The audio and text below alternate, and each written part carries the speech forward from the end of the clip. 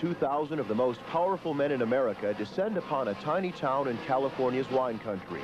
Political heavyweights, corporate leaders, and celebrities arrive at a meeting of the world's most exclusive men's club. It's considered to be the wealthiest, most powerful concentration of men anywhere in the Western world at any given time.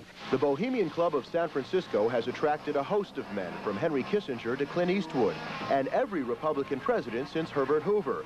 They've all been guests at what is billed as an annual cultural and recreational retreat in 3,000 acres of redwoods. It's as if all the boardrooms and the Supreme Court, major law firms, had all emptied out onto Fraternity Row and was somehow transposed to a redwood forest. Security at the Bohemian Grove is extremely tight. It's almost as if there were a military installation down there. Everything is kept under wraps, and in this case, under the trees. Members and guests at the Bohemian Grove are sworn to secrecy about what goes on inside. What most people do not know is that for more than a century, they've kicked off their retreat with a spectacular nighttime ceremony. From the air, the encampment is lit up with torches.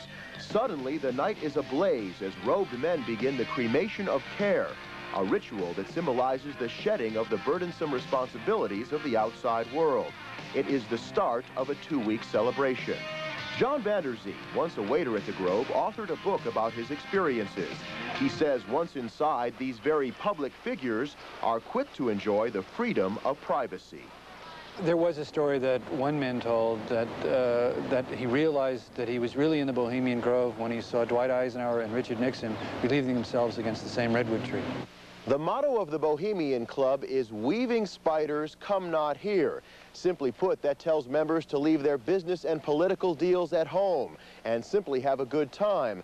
But some people say with this much power and this much money located in one place, there is more to the Bohemian Club than campfires and canoeing. It's considered very, very bad form to use the Grove, especially for overt purposes, advance your own interests. At the same time, it's a very useful association that friendships and contacts you make there carry on into the outside world. Important issues are discussed daily during lakeside talks. Insiders say that speeches given here can make or break political careers. Some claim that political deals made in the Grove have changed the course of history. In 1967, during the encampment, Ronald Reagan and Richard Nixon arrived at an understanding that Reagan, who had just been elected governor of California, would not enter the 1968 presidential race unless Nixon faltered. For years, protesters have demonstrated outside the Grove for a variety of causes. Mary Moore, a local political activist, feels that such closed meetings of the elite undermine the democratic process. The point is that this is where ruling class bonding takes place, and that place is not open to minority people, to people of color. It is not open to women. It is open to white men who pretty much run this world. They're like overgrown Boy Scouts, only a lot more dangerous as far as the world is concerned. Others in the tiny town of Monterey see the Bohemian Grove as a source of money and jobs. The sudden wave of wealth also brings in outsiders, prostitutes like Carol Lee, who are attracted by the prospect of 2,000 wealthy men. For the last 5 years, she's worked the bars across the river from the Grove. She says prostitution here is more of a legend than a business. The men who see prostitutes are in an incredibly small minority. I mean, it's not that all these guys are seeing prostitutes. I think people should understand that. It's a really small percentage. It's just that it has symbolic meaning in the Grove, that all the Grove members talk about it. There's an idea that men who are powerful do have women available. It's good for men's ego. Their relationship with prostitutes is highly mythologized. During the retreat, prostitutes appear to operate openly without interference from law enforcement. Inside the compound, there have been persistent rumors about closet homosexuality. Don Heimforth, a former waiter, says there have always been relationships between club members and employees. And, one black waiter, a gay black waiter, years ago said it's whenever they would come over to the employees' quarters, and he made the comment that it was not unlike coming down from the big house to the slaves' quarters for a piece of. Such allegations about the camp have angered many who feel that leaders who adamantly embrace traditional values are not what they appear to be.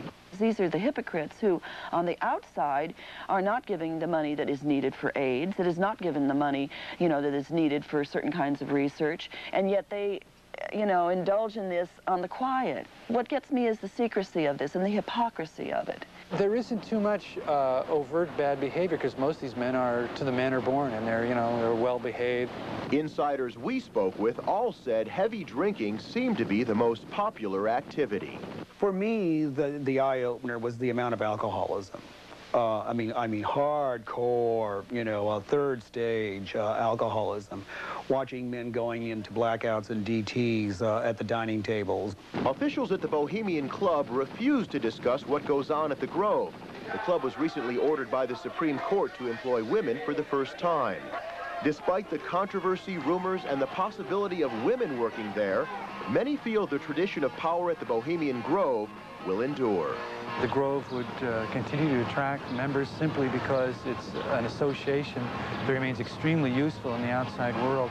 And there seems to be some deep need within men for this return to nature, male bonding, an extension of a night without rules.